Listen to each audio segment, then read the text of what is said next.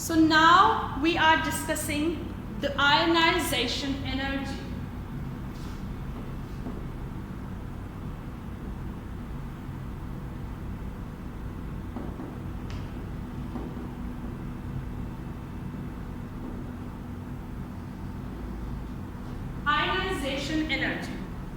Ionization energy क्या होती है, वो पीरियोडिक टेबल में कैसे डिफर करती है, सो ये अब हम डिस्कस करेंगे.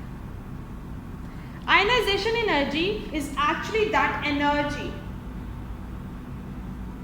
किस लिए वो चाहिए होती है? It is that energy which is required to remove the loosely bonded electron. Required to remove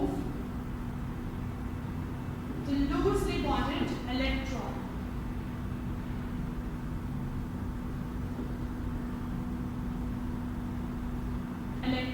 From the valence shell.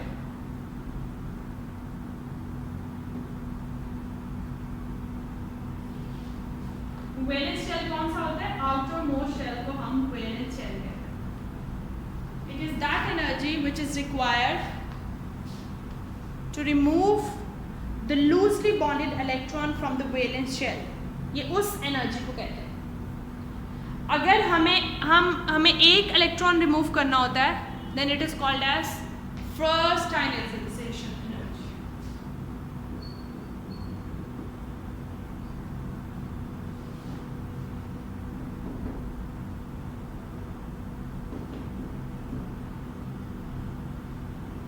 अगर हमें दो इलेक्ट्रॉन्स रिमूव करने होते हैं, then it is called as second ionization energy.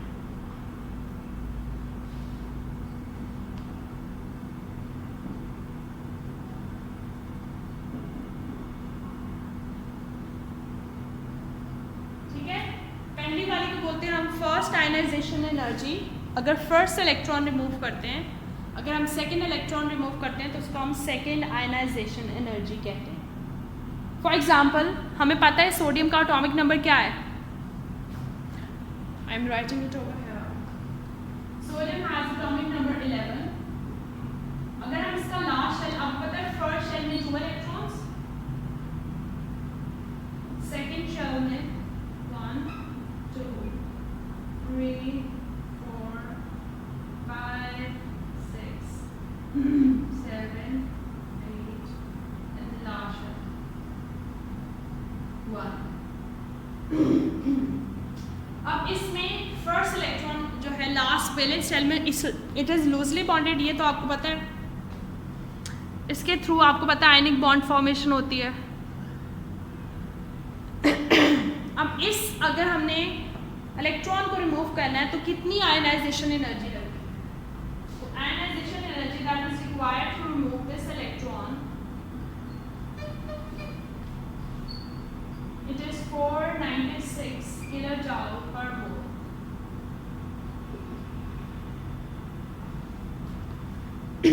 But it is called as first ionization energy, क्योंकि यहाँ अभी तक फर्स्ट इलेक्ट्रॉन के रिमूवल की बात हो रही है. ठीक है. अब हम देखते हैं कि इसके ट्रेंड्स क्या हैं पीरियोडिक टेबल में. पीरियोडिक टेबल में कैसे ये इंक्रीज या डिक्रीज होती है. ठीक है. तो first of all when we move from left to right, अब लेफ्ट टू राइट क्या होते हैं? पीरियड्स होते हैं. तो क्या होता है? आयनाइजेशन एनर्जी बढ़ती है.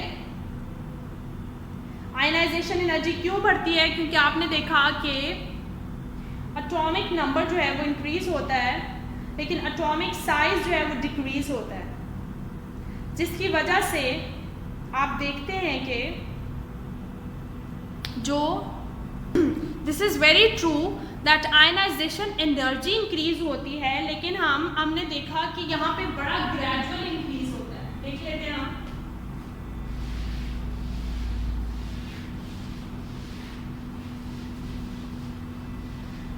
आप देखो कि पहला हमारे पास एलिमेंट है हाइड्रोजन और दूसरा हमारे पास हीलियम. हाइड्रोजन का एटॉमिक नंबर 1, हीलियम का 2.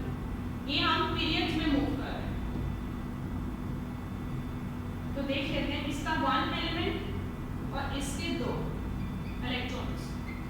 सो आयनाइजेशन एनर्जी तो इंक्रीज होगी अगर इनका रिमूवल होगा. होगा, लेकिन इनका रिमूवल डिफ़िकल्ट हो जाता है because electrostatic force of attraction increase हो जाती है। क्या होता है? Electrostatic force of attraction increases.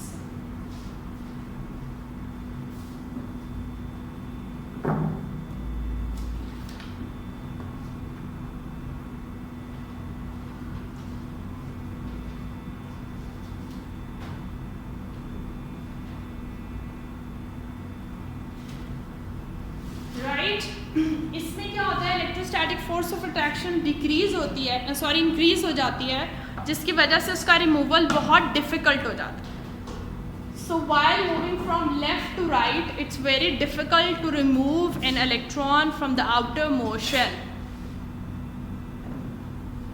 लेकिन जब हम टॉप से बॉटम मूव करते हैं तो आपने देखा है जो एटॉमिक नंबर है वो ग्रेजुअली नहीं, वो सडनली इंक्रीज होता है। जैसे हाइड्रोजन है और हाइड्रोजन के बिल्कुल नीचे सोडियम है। हाइड्रोजन का 1 है, हाइड्रोजन के बिल्कुल नीचे सोडियम है या कोई और है? नो, हाइड्रोजन के नीचे लिथियम है और लिथियम के नीचे सोडियम है। अब हाइड्रोजन का 1, लिथियम का 3, सोडियम का 11। आप देखें कि किसी एक पैटर्न से इंक्रीज नहीं हो रहा, जिसकी वजह से जो वैलेंस शेल है वहाँ पे चांसेस होते हैं कि इलेक्ट्रोस्टैटिक फोर्स ऑफ अट्रैक्शन कम होगी, न्यूक्लियस बहुत कम फोर्स से अट्रैक्ट करेगा इलेक्ट्रॉन्स को, जिनकी वजह से इनका रिमूवल क्या है वो इजी होता है। ठीक है, this is its strength in the periodic table. We talked about ionization energy. Ionization energy क्या होती है? आयनाइजेशन एनर्जी हम उस एनर्जी को कहते हैं that is required to remove the electron from the outermost shell. But वो electrons हमने बात की पहले भी जो लूजली बॉन्डेड होते हैं, जिनका लूज बॉन्ड होता है, सिर्फ वही इलेक्ट्रॉन्स हम रिमूव कर सकते हैं, बाकी इलेक्ट्रॉन्स रिमूव नहीं होते।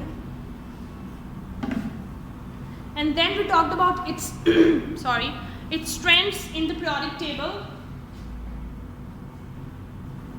Trends in the periodic table says when we move from left to right, तो क्योंकि एक ग्रेजुअल एक पैटर्न से इंक्रीज होता है एटॉमिक नंबर, तो आयनाइजेशन एनर्जी इंक्रीज नहीं होती। अब इंक्रीज हो भी जाती है तो इलेक्ट्रोस्टैटिक फोर्स ऑफ अट्रैक्शन इतनी ज़्यादा होती है कि वो इलेक्ट्रॉन का रिमूवल ही नहीं होता। बट इसके अलावा जब हम टॉप टू बॉटम मूव करते हैं, जैसे हमने देखा पहला अगर हाइड्रोजन है उसका एटॉमिक नंबर 1 है, तो नेक्स्ट लिथियम है जिसका एटॉमिक नंबर 3 है, और फिर हमारे पास सोडियम है जिसका 11 है। तो एटॉमिक नंबर इंक्रीज हो रहे हैं पर ग्रेजुअल नहीं है, एक पैटर्न से नहीं हो रहे हैं, जिसकी वजह से electrostatic force of attraction weak हो जाती है। And ultimately what happens, ultimately ionization energy increase.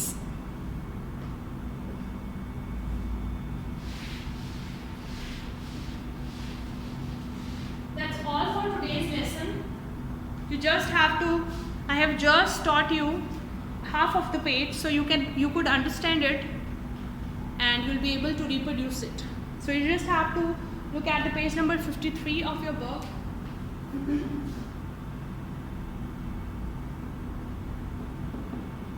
Revise this concept and also read it from your book.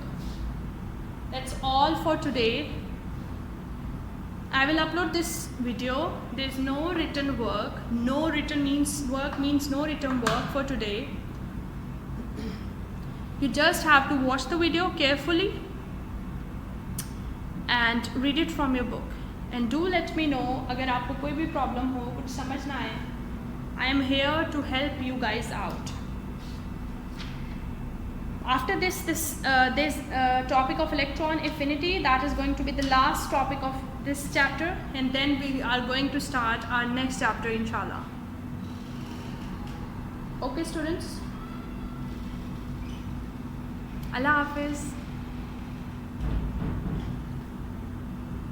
Do note the page number, that is page number 53.